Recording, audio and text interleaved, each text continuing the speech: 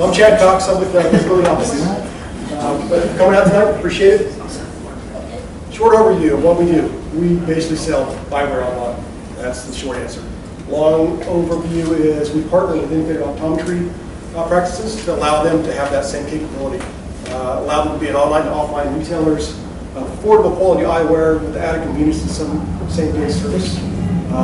Make the online buying experience easier by basically having custom software that will map your face and find out what looks good on you. So the web experience is quite nice. A little bit about me. I'm a pretty good programmer. I'm actually considered very outgoing as a programmer, which means I'm an introvert.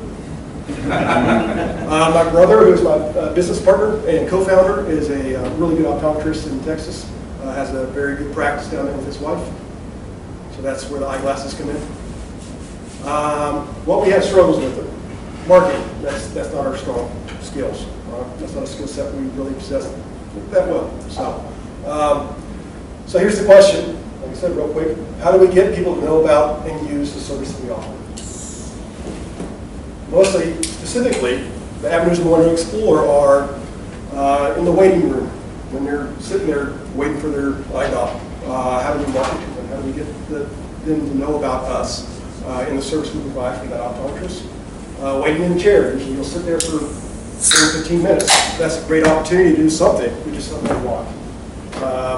And then appointment reminders. There's some laws about this, but essentially we have a customer that we could be marketing to right then as soon as they make an appointment with the eye doc. So that's kind of what we're asking the question. What does that look like? What does that look like? This is kind of heavy after. Yeah, just. So you go to your primary care doctor, and you have all of those videos that are streaming on the videos that they have. You know, there's some service that's provided for that. You know, most people are going to their physician versus their optometrist more often, but they're being advertised right there. So that was that just hitting the lobby. Yeah. Those avenues, because there's places you can purchase those. They've spent all over to get exposure to those physicians' offices. So, Chad, in terms of service to the optometrist or the group, are you marketing yourself as an option or replacement for the in-office purchase? We are a augmentation to it. So optometrists are losing a huge market share to the Warby Parkers, to the online retailers. And so we want them to be able to have a tool to fight back, basically. And so that's what we provide. It's a free service. We take a revenue share of them. So it's an 80-20 split. We get 8%, we get 20%. So it's for the people that are walking out the door. So that's our target market. So it's kind of like, well, how do you capture these people that are walking out anyway? We have to capture them.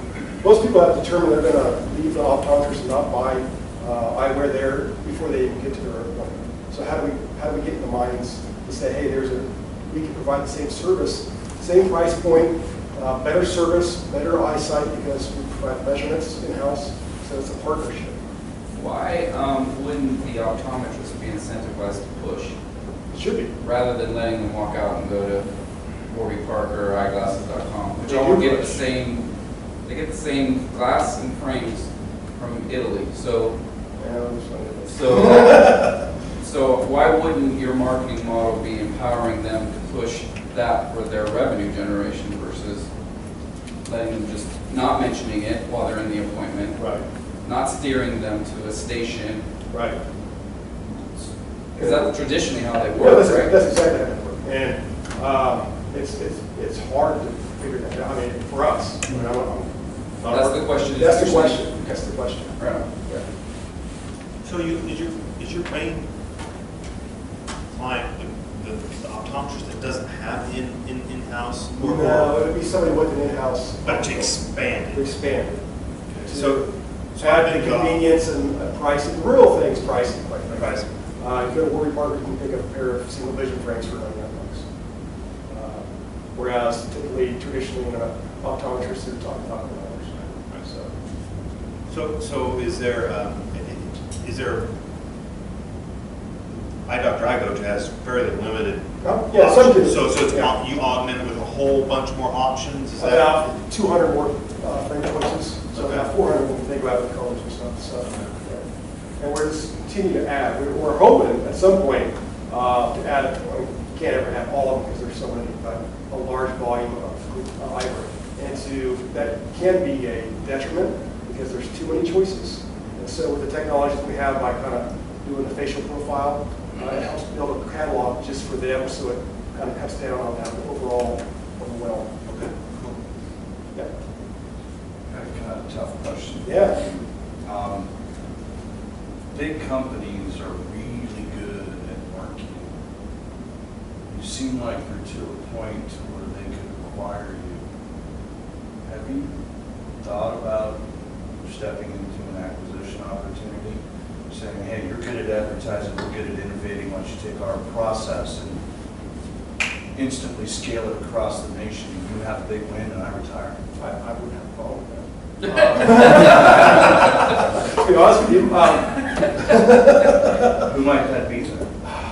you know, the Essilors of the world, I'm throwing out some names nobody knows, but Essilor is a large company out of France that owns a large market of the eyewear industry. I'm not an optometrist, so that's kind of not my strong suit. That would be better questions for my brother, but yeah, we'd be okay with that. But part of our mission is to empower the optometrist, so we'd have to be the right fit. Honestly, Can be convincing. yes, it can be. Yes. There are associations or conferences and stuff like that done anywhere? Now, we're getting ready to go to Vision Expo in September, which is in Vegas. Mostly just to find more frames to sell. And partner with some people. We're not going to really have a booth per se. We may change that idea. We are also talking with some of the innovative optometrists tend to have mind groups they're part of. We're going to talk to some of them. So instead of trying to go after the onesies and twosies of optometrists, we're going to go after the thousands at one time. Try to get them on board and basically help sell the process itself, the service itself.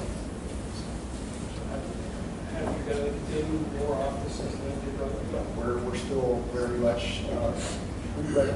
So So what do you put in the doctor's office? well, so some of the doctors will have some instruments already in their optical. We're working through a company called Smarto, we got a neighbor who provides the frames. Some of them will be part of Smarto, we have these frames in stock. Some of them won't, just depends on the provider. So, is that interesting? No, like you have lots of frames. Right. So we just have a feature recognition in two frames. So the user has to actually go on a laptop or something and then do that. Right. But, I mean, would a kiosk kind of do something? We talked about that, there's actually one over there, so we've been playing around with it a little bit. The idea would be, to basically have that in the exam lane, or part of the exam lane where they go through this process of building a catalog for themselves. And either, buy right there, or send it to themselves, can email, they can go online and have that catalog what they're building for. Just speaking from experience, having had that 5-10 minute wait, where you wait on the eye doctor, you're just kind of seeing if you can even see. Yeah. But man, hand them an iPad. Yeah. You have them look at it. If you could hook them on the technology early on while they're sitting there, and if you could, do the facial recognition thing and kind of show them these are the types of frames that we would pick out for you, and they see something attractive while they're sitting there waiting. To me, that would just thinking about my own experience, I would think that, all right, that's pretty cool. That really helped eliminate the cut down. I hadn't even thought about that type of lens or frame, and that looks good on me, or maybe it does, that looks terrible. But you see, my point is Right. that that's a perfect time, that wait, especially when they're in the chair. I would spend time checking something like that out, the technology out. I presume your revenue model is based on moving frames and lenses, right? Absolutely. So it seems to me logically, your sales force is the eye doctor and their staff, right? So from that perspective, in terms of investing, how you're going to get volume through your system, it seems to me like really focusing marketing-wise on the 80-20 split, right? On the making their offerings in office compete with what the person would go home and have to go through the pain of entering.